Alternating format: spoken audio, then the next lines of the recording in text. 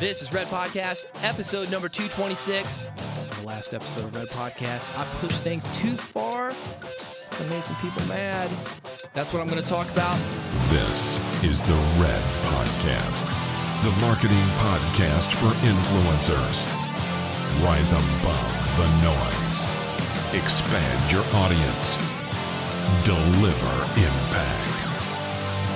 Here's your host, David Hooper. Get down! Back, mama! Back, mama! Get down! Back. And my voice, it's miraculously recovered. On the last episode of Red Podcast, I played a joke. I thought it was obvious. After about 3 minutes in, I let people know that it was a joke. But some people didn't listen. And I get that. Because I sounded a whole lot like this guy. Oh, yeah! Yeah! If you want to check out that episode, redpodcast.com/AF to hear that. It's quick, about 5 minutes. It was an April Fool's episode. I released it. I went to bed. And when I woke up, I had emails, tweets, and messages with thoughts and prayers. That's what we call that here in the South. And I thought to myself, oh, shit. People don't know this was a joke. And they didn't. What happens when a joke goes too far? That is what I'm talking about on this episode. This is the Red Podcast, the podcast for influencers. I talk about the holy trinity of influence: books, podcasts, and live events. When I talk about books, I'm talking about the written word. Could be magazines, could be blogs, podcast, it could be radio. I'm on the radio myself. And live events, boot camps, meetups, speeches, anything that you're doing to get in front of people in person. Here's what it comes down to. If you've got a message that you want to spread and you want to make people care about it, this is the podcast for you. It's super easy to go too far with a joke. Take my new sponsor, for example, Firebox. Seriously, Firebox is my new sponsor. Look it up in Urban Dictionary if you want to know why I'm laughing. But that's not what I'm talking about. We're not talking about the Urban Dictionary Firebox. We're talking about Firebox with a Y. You've probably seen quizzes on Facebook. People will take them, pass them around when they get the results. A lot of them are fun. Are you a hipster? Are you OCD? Which member of the Spice Girls are you? Well, these quizzes, they're great for marketers because they do get shared on Facebook. People pass them around. They're fun. They can show clients and potential clients a different side of you. Because of that, they're not only a great way to generate leads, but they're also a great way to develop connection. And that's where Firebox comes in. Firebox allows you to create your own quizzes to promote your business and grow your email list. Go to firebox.com/red. I'll have it linked in the episode notes at redpodcast.com/226. You can create your first quiz free. If you decide to sign up for them, when you go to firebox.com/red, you can get 50% off the yearly plan. Remember, that's Firebox with a Y. The Y, it stands for you should do this. Firebox.com/red.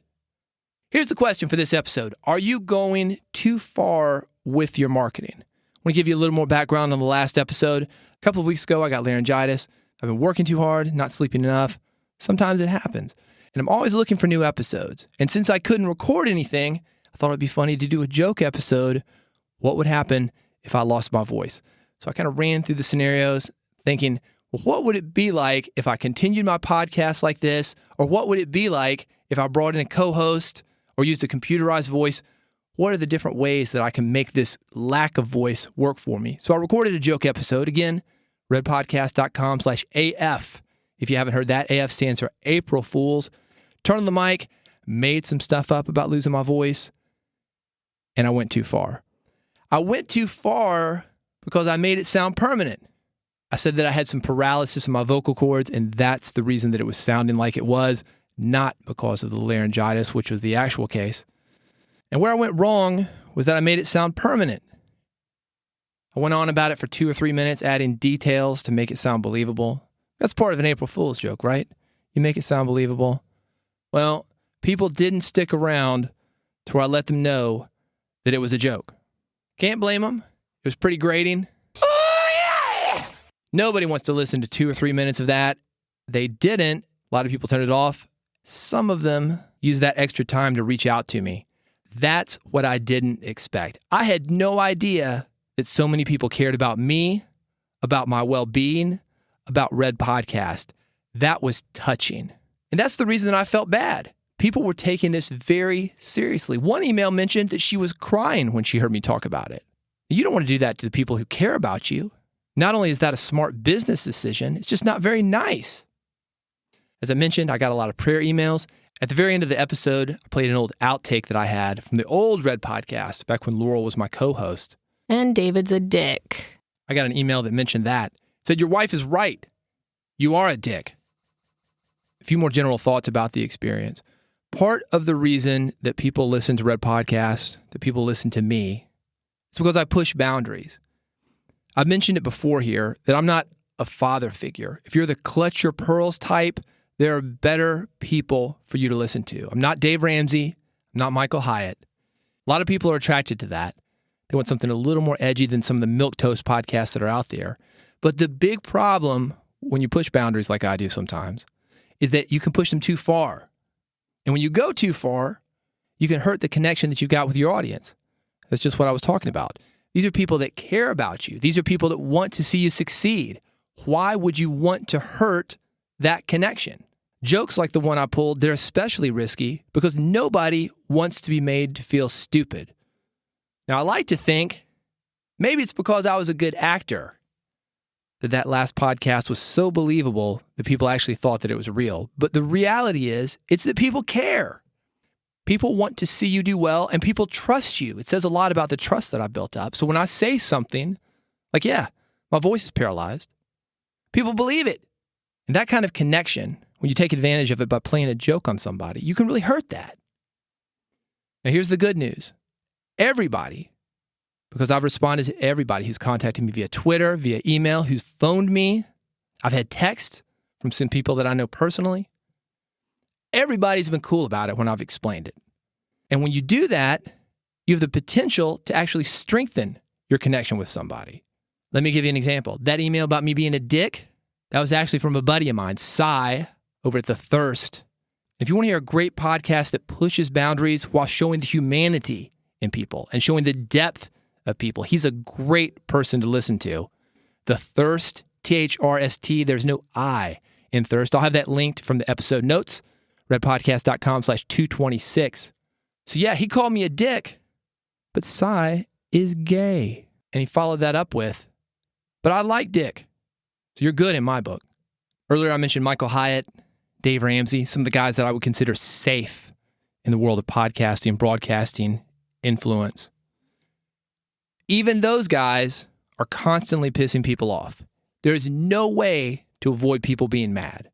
Right now, I could give $1 million to the homeless and somebody would be pissed about it.